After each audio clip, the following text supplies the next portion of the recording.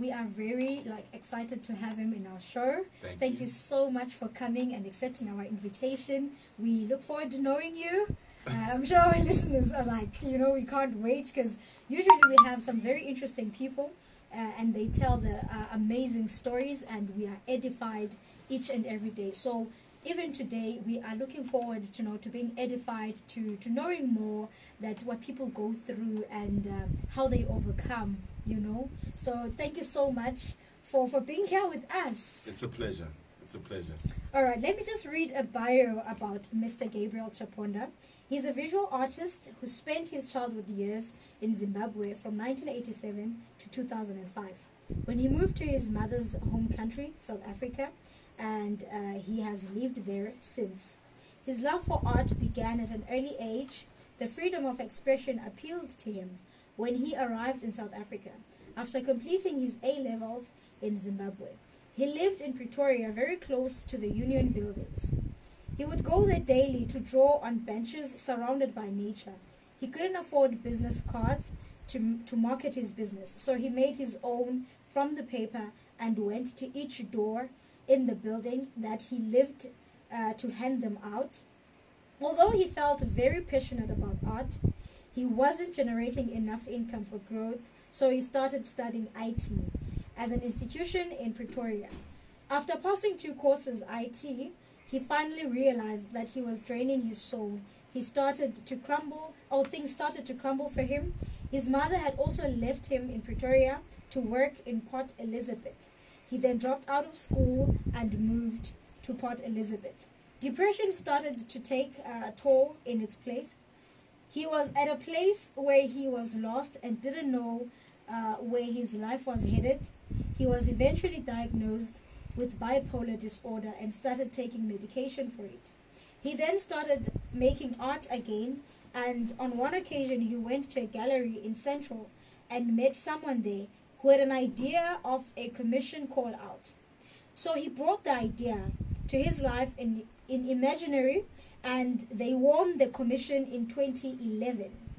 This comprises of pop art faces of people within the community of Port Elizabeth, resembling the 67 years Nelson Mandela fought for freedom. The mural they painted, Sibanye mural, still stands today, 10 years later. Wow, this is amazing. Realizing that art was what he was meant for, after the mural, he applied for diploma in fine arts at NMU and was accepted. He completed his diploma 3 years and graduated in 2015. However, 2015 was also the year that he lost both his parents. None of them got to see him graduate. This triggered his depression of bipolar and he pushed away a lot of family members due to his illness and refusal to take medication. He landed up in a mental institution. The occupation therapist at the institution took a liking on him. She bought him materials and told him to paint 2 paintings for the ward. He eventually got a place to live where he could work as an arts and crafts teacher. He later met the love of his life and got married. He has grown his art business since to where it is now, focusing on nurturing healthy confidence in his clients. His company slogan is, "You are never lost, finding yourself." Wow, this is amazing. I'm sure the listeners are already thinking that this guy just overcomes, There's a movie that says Overcomer, I'm sure people just see that, this guy, he's been through a lot, but God has been with him and saw him out. Okay, tell us a little bit about your childhood. My childhood? You mean like from very young? Okay. My childhood was, I really had everything I could ask for, like my dad and my mom really provided for both me and my sister. Okay. And it was a good childhood in the sense that I had everything I wanted, but that was physical stuff. The emotional aspect of it, I really yearned for a lot of love from my dad, which I didn't have. because he was a very harsh kind of man, you know. He was very stern, and I really craved for that loving from him. Growing up was altogether. I learned a lot growing up, and my parents were there. Basically, my mother was the pillar in my life. She gave me everything I wanted emotionally, and that for me was the best thing that I could ever ask for from a mother. And still today, I miss her the most. Out of both my parents that have both passed on, I miss her the most. All right, you are touching on a very sensitive topic, but I'd love for you to, just for someone there who is listening, who has been through a similar situation or is going through a similar situation of the rejection of a father, though he's present, you know, but he's absent in a way, emotionally. How do you deal with that? How do I deal with that? One way to deal with that is, as me right now, I surround myself with a lot of men, older men in my life that act as fathers. Right. The father that I did not have.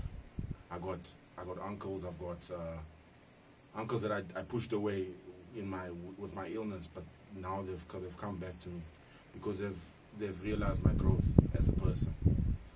And I've got a lot of mentors and people that I look up to in certain aspects of my life, not all areas, but certain aspects. Everybody's got a role to play, you know. And I feel young people going through that, or who have lost their fathers, should try and find people in their lives that build them and help them grow as individuals. All right.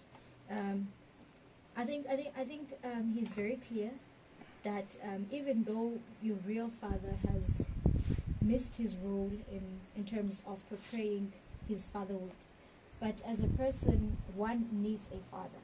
That's true. You know, yeah. You always yearn for that fatherly love, fatherly affection. So instead of doing things that would destroy your life, look for someone who can play that role. You know, I think that is very important, and may God really help us and give us those people. and he always does. You know, he always does. I'm really praying for that, because sometimes we end up in the wrong hands, but we're not going to talk about that. All right. It says you have a love for art, but you studied IT. Why? I studied IT. I was chasing the money, really. Okay. Because everybody told me you make lots of money with IT. All right, okay. And that I learned quite a bit. I mean, like, what I learned, I still use today. Oh, like those two courses amazing. I passed, I still use that knowledge I gained today. But it was just like numbers and commas, and you know, like when you do programming, it's just you just see text, and it wasn't me. I mean, I felt lost. It was an emptiness that drained me.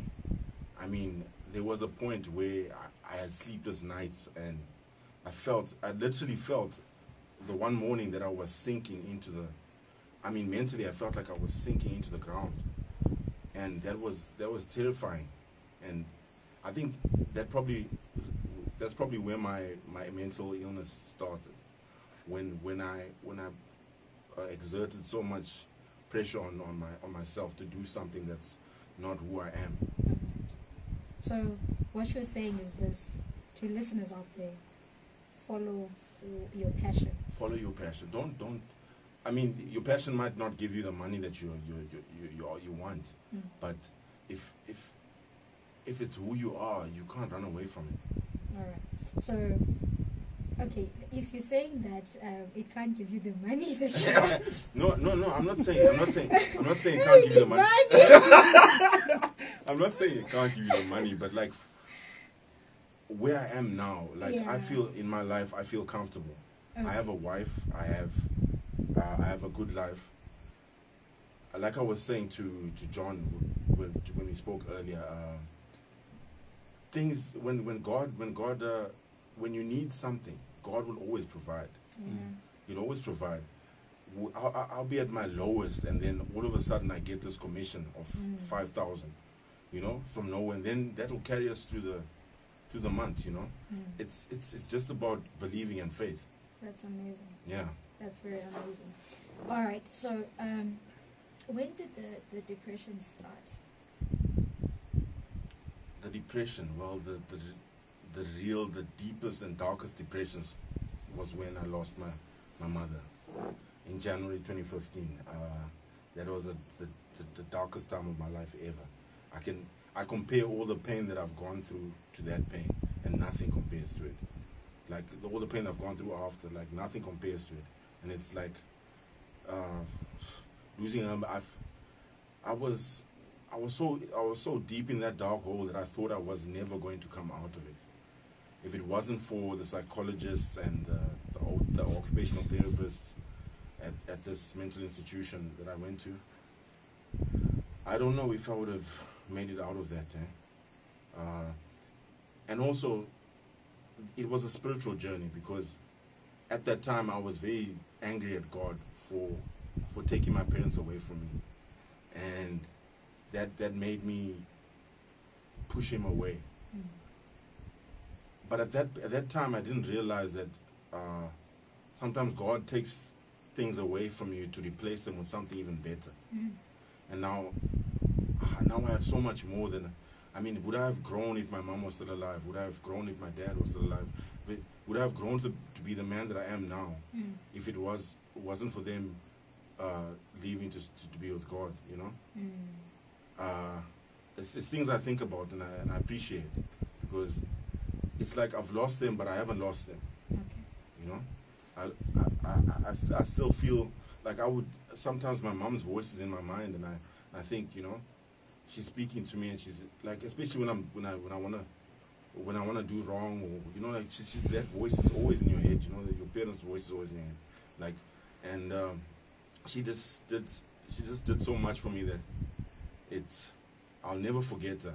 You know, I'll never forget all that she's done. She was such an amazing parent to me, and one day I believe that I will see her, and we will one day be reunited. Okay, you're saying that your mom passed away in January, and you were doing your third year. Yeah, I was gonna graduate. I graduated in April 2015. Or you already finished for? Yes, and then she passed away in January. Oh, because I was gonna ask, how did you get the strength to study again? You know, and be able to pass. But it makes sense when you're saying that it was the year of your graduation. Yes. That this happened. Okay, then you went to a mental institution. Okay, let's first talk about bipolar. What is bipolar? What triggers it? I don't know exactly what triggers bipolar. Well, what triggers my bipolar? Okay. Let me explain what bipolar is first. It's when someone suffers from emotional extremities. You know, like when your sadness becomes very sad, and your happiness becomes over happy, and when your anger becomes very violent, or you just unable to control your emotions. Okay. And that's what I suffered from. And the bipolar, what triggers it is like events in your life that are out of your control, that like losing someone, for instance, that are out of your control, and you're in a space that you've never been before, and you're on the edge, and nothing can help suppress that feeling. It just overflows. If you understand what I'm saying. I get you. Yeah. I get you. Then you were taken to a mental institution. What was going through your mind at that state? What was going through my mind? It was very confusing, because when you do not take your medication, and I stress this to everybody that does have bipolar or mental illness, you need to take your medication. Okay. it helps you so much.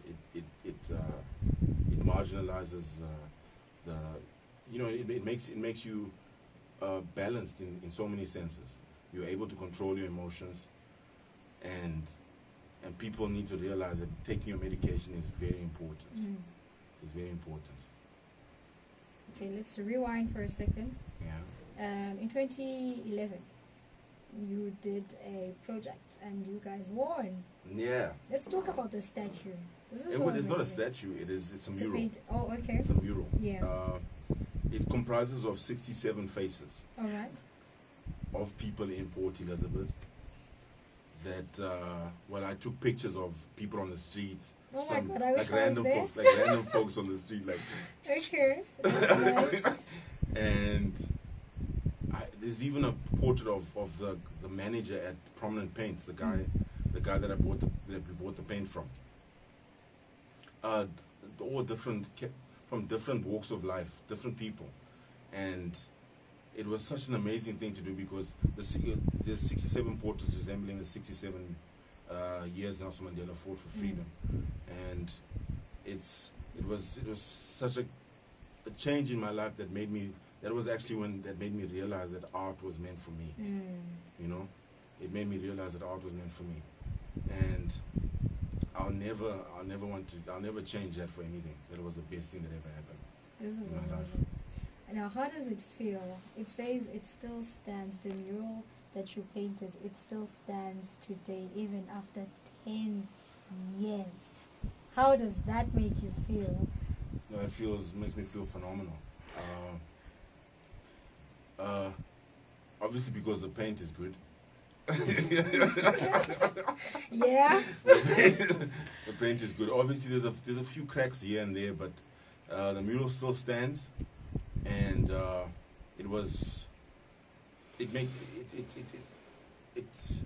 I feel everybody that walks past there, I want them to feel a sense of community, a sense of, you know, that we are part of this one big family. Yeah. You know, that everybody has a role in society, and that we should accept people for who they are and how they look, regardless of where they come from. You know. Okay. Yeah. You have your own company. Yeah. How did that come about? Paint You Famous. Paint You Famous is something that came about as I grew, you know. I changed the name a couple of times. It was Design Mail, then it changed to Holy Ghost Graphics, and then now it's Paint You Famous. But I feel like there's always evolution when it comes to art and anything.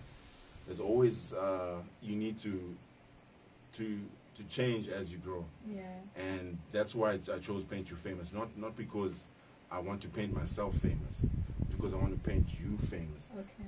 the public and the people that want me to do commissions for them. I want them to know that they are special, that they are appreciated, that they can be famous, and in the sense redefining fame itself, not being famous as such, as being popular, but more the fame of knowing that of being known to love yourself and the people that you care for, and the people that matter. So it's redefining fame altogether. Okay, that's interesting. because you people crave, some people crave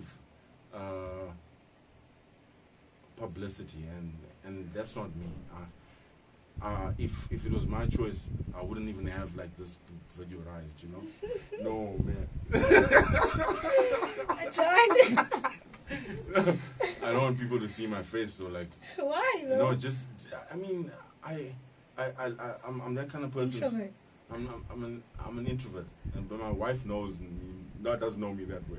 She knows I'm very out there, and she's listening. I think that's because she's your wife. Because most introverts, to people that are they're very close to, they are not introverts. Yeah. You know, so it makes sense. Makes sense. Okay, so how was it?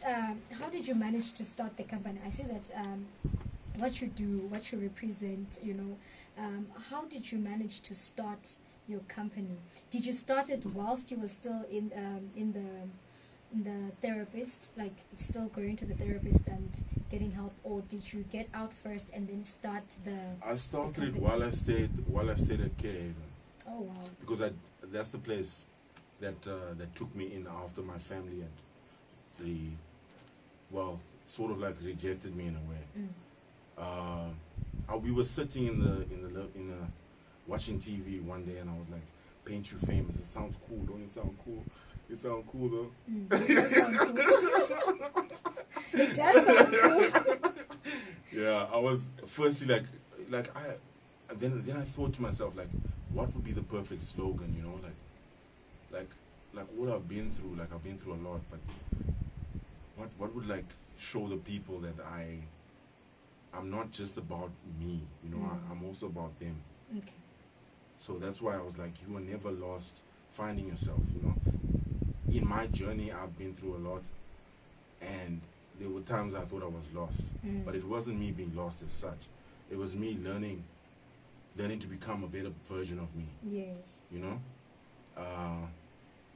So that's why I decided on that slogan, you know, you were never lost finding yourself. Never lost. Never lost. That's amazing. Okay, you know, many people, they suffer with depression, some suffer with bipolar, but they never want to go to a mental institution, you know. I don't know whether it's the name or what. What can you tell those people? I mean, like, you don't have to go to a mental institution. Like, that's when things become extreme. I think before it gets to that point where you need to go into a mental institution, there's ways that the government, you know, you can go to the clinic, you get a referral letter from them, and then you go to the psych clinic, say at provincial, and they can talk to you and advise you on your matter, like on what you're facing and your problem, and they can start you on medication. It doesn't have to get to that level where you can't control it. You can just talk about it. They provide counseling, and this is all free. This is through the government. It's all free. Yeah, and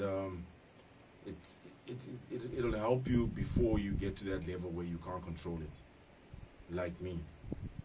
You know, and once you're on this medication and it's working for you, don't stop. Continue taking it. Okay. It's only going to make you better. I know there are side effects, but those really don't compare to what kind of person you can be if you keep taking them consistently. Okay, that's amazing. That's amazing. Okay, the bio later says that you met the love of your life. Tell us about that. The love of my life. Her name is Chanzel. Yes. She means the world to me. She means the world to me. You know, like, she was with me through the time my mother passed away. Me and her got very close. We got very close, and we would talk about. She would comfort me and make me feel better, even though I was in this rut. You know. Our first date. Let me go to our first date. Okay. Our first date, we met. It was on the 26th of August. Wow. He remembers the date, guys. He remembers the date. And we, well, I'm not gonna say everything. You don't have to. I'm not gonna say everything.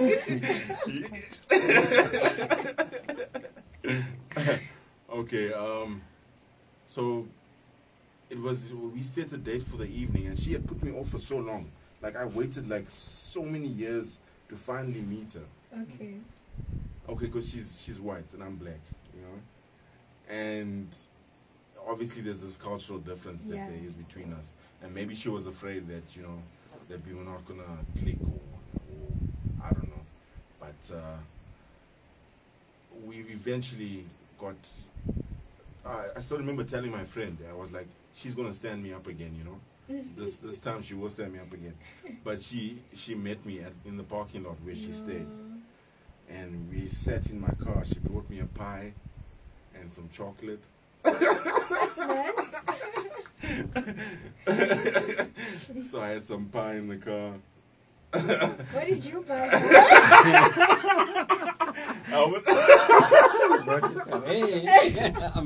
What did I buy?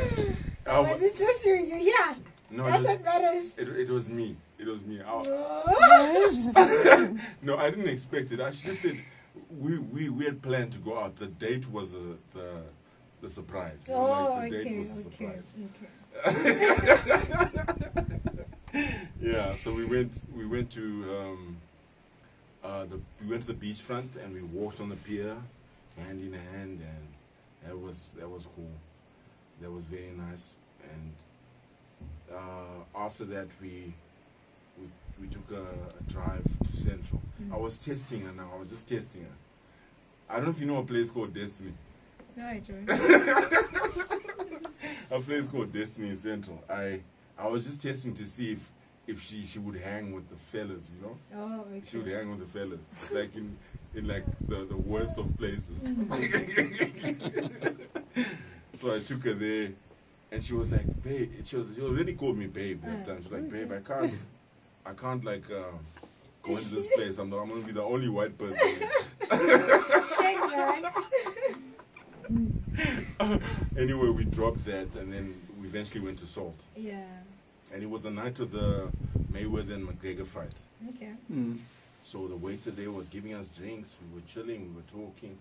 But before that, before we got out the car to Salt, we were sitting in the car, and I told her, I was like, "You're not getting out until you give me a kiss."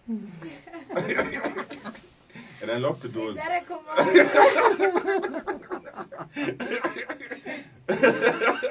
So we leaned over and we kissed each other. Then we got out the car. We went in and sat down, had some drinks. Then the waiter suggested that we go to a place called Palacios to go watch the match, the McGregor and Mayweather match.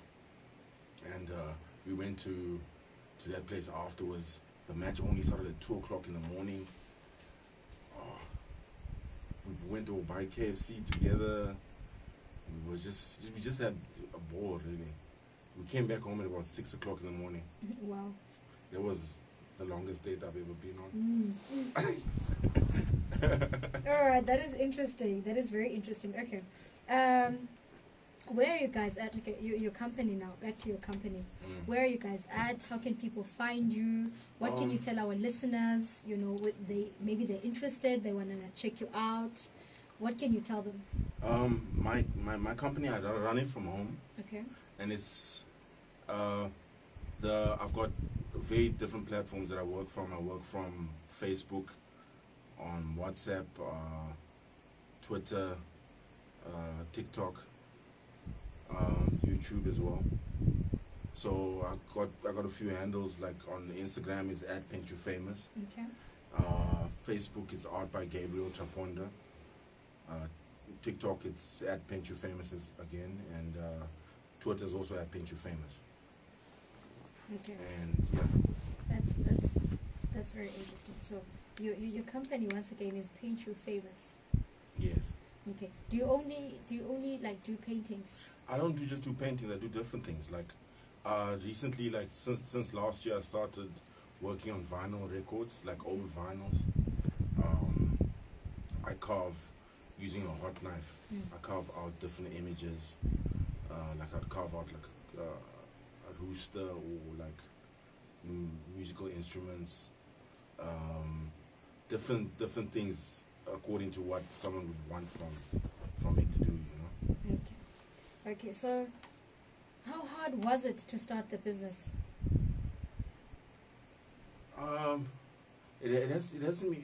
It was challenging. I mean, like for me it's like I said before, is that God always provides in a way, you know. Like business is not always on top, but every time I really need to get something, I always get. Okay, so do you only use publicity for like Instagram, Facebook? Oh, sorry, you didn't mention Instagram, Twitter, Facebook, YouTube, or do you have like other companies that advertise because many people think like you need to have connections in order to, you know. Well, my wife does a lot of my marketing. She'll market on Facebook, and no, it hasn't reached that level where I'm using third parties and that. But I'm hopefully gonna get to that level. I like to think of it as small scale for now because I like to be very personal with my clients. I like to give that personal touch. I don't like I want them to feel that they're important. So that's why I prefer to keep things personal. Okay, that's very interesting. Mr. Gabriel Chapunda, Yeah. it's really good to have you. We thank you so much for your time. Just last words. What can you tell our listeners, like a summary of a bit of a motivation, you know? You can touch on a little bit of aspects of your life and your challenges that you've come across, like just to give them that strength for someone who wants to start a business or has started, but it's havoc, you know, and then just, you know, what can you tell them? I can tell them to be true to themselves. Like some people will say you can't do this, you'll never be able to do this. You know, this is not going to give you enough money. Your parents might say this is not going to generate you enough income in the future. But if it's not you, then there's no point in doing it at all. You just have to follow your heart and pursue whatever you feel is who you are. Don't listen to people that bring you down. Yeah. And remember, you're never lost finding yourself. That's the essence of it all. You're never lost, because sometimes it feels like things are not going to go your way, and that's when God is testing you, challenging you to think bigger, think better. Yes. So remember that you're never lost finding yourself. That is very interesting. Now you're just triggering me. I was about to wrap this up, but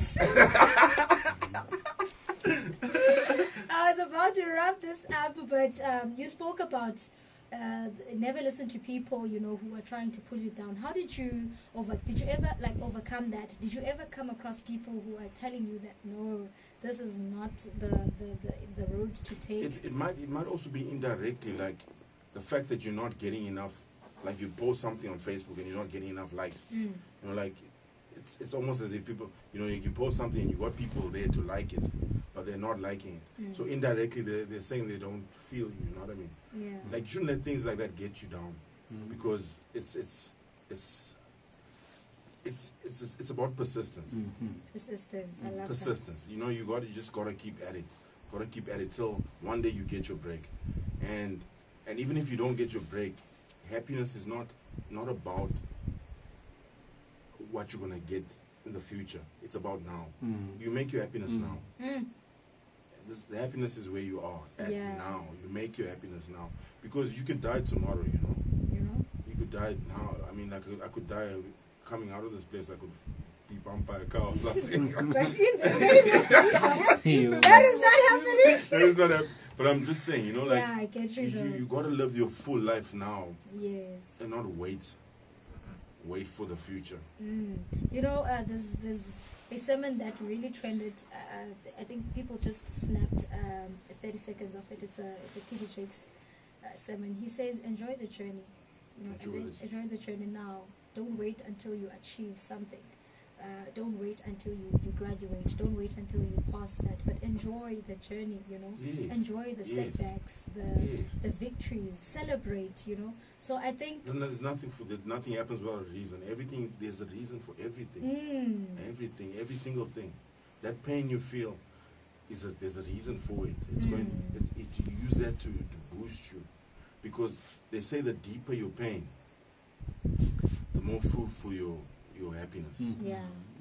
You know. Okay, you mentioned that. I see that while we're talking, you're mentioning a lot of God. And also, you also said you once named your company Holy Spirit. Tell us about your relationship with God. When did it begin? My relationship with God, it began at a very, very early age as well, like my aunt. Mm. I was raised in a Roman Catholic church, baptized in Roman Catholic. I was an altar boy. Mm. So I used to serve with Father, the priest. It was, it was a thing for me. I remember my mother used to say, "Yeah, Gaby, why are you up so early? Why are you up so early?" "I'm going to church." Going to church. I actually at a point wanted to be a priest. Mm. I wanted to be a priest. That's how deep I was. Do you still want to be? No, no, I don't want to be a priest, but it's not being a priest is not a bad thing. Yeah. It's not a bad thing. But I feel like I want more freedom, because like priests are not allowed to get married and Are they? No, the priests are not allowed to get married in the Catholic Church. Oh, the okay. deacon is allowed to get married, but the priest is not. Okay. So there's a lot of things that came with it that made me realize You want to get married. maybe that's not the direction I want to go. Yeah. All right. I'm just taking on the comments that you made now. How did you were you able to overcome everything? Because we know that God I haven't helped you. I haven't overcome everything. I've still got challenges right now I'm facing. The things that there are certain things that you were able to overcome. You're here because you overcame something. Yes, that's true.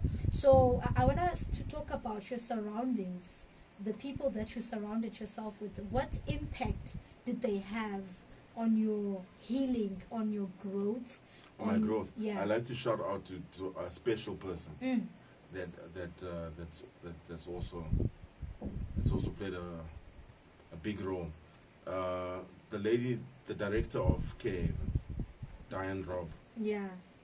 It's the lady who saw an interest in you, the therapist. No. That lady as well. There's a lot of people, but especially this one, because she took me in. Okay. She took me in after everybody else had rejected me. All right. Okay. Like she saw something in me that for me I'll never. Yeah, the turning point of everything. It was the turning point of everything. She played a big role in my life in that aspect, and I'm forever grateful to her for that. Okay. And yeah. No. And well, there's a lot of other people. There's Elmarie. There's my wife, of course. Like she's the. She has to be. She's the one, number one. Number one. And there's my uncles, my uncle Alvin, my uncle Willie. There's a lot of people. I'm sorry if I can't remember everybody's name. Yeah. But there's a lot of people that have played a big role in my life that have changed me and that have helped me grow. Okay, what can you say to the therapist who took a liking on you? And because the Bible says that she's the one who brought you the material, meaning that she's the one who triggered that love for art. Yes. She's the one who perhaps raised a dead artist. Yes. What can you tell? What can you say to her? What impact did that whole scenario have in your life? I remember I had a very heart-to-heart before she bought the materials. Yeah. I had a heart-to-heart conversation with her, and where I spoke to her about. I know she's not a psychologist; she's an OT, but I had a heart-to-heart conversation with her about what I had been through and the pain that I was going through at the time. And she was very understanding, and she was very motherly. And I felt like, okay, now I've just lost my mom, and I found someone that's treating me the same way my mother would have treated me. Yeah. My mother used to buy me materials and stuff, and she used to go out of her way to make my life, make what I love better, And this lady, she's so amazing. She's forever positive. She's that positive person. There's never been a time I've met her that she hasn't got a smile on her face, you know. She's you know, you rarely get people like that in your life, and she's someone I want to keep in my life, and I do, and I know now she's moving to Mpumalanga, but I will keep in touch with her via WhatsApp and that. She was a phenomenal person. That's amazing. Thank you so much for once again for accepting our invite. Thank you. I hope my life has an impact on someone out there. I'm not perfect. I mean, I don't speak perfectly. I may fumble sometimes, but deep down in my heart, I'm a good person. I feel I'm a good person, and I just want to breathe positivity to everybody, you know? Yes. Yeah. Thank you so much for those words. Thank you so much. You don't have to be perfect to change, you know, to make a change, to grow, to meet new people, to discover yourself. I love the slogan of his company, "You are never lost finding yourself." Thank you so much, Mr. Gabriel. I wanted to share something that he said previously, but I don't. I'm going to hold myself. We were talking about his name, but hey, let's hold it right there. Thank you so much, Mr. Gabriel. It was so good having you in our show. May the Lord increase you and bless you and your family. Thank you very, very much. You are such a blessing. Thank you. Yes, I appreciate that. I appreciate that a lot. All right. Thanks for Let us listen to No Longer a Slave by Jonathan David and Melissa.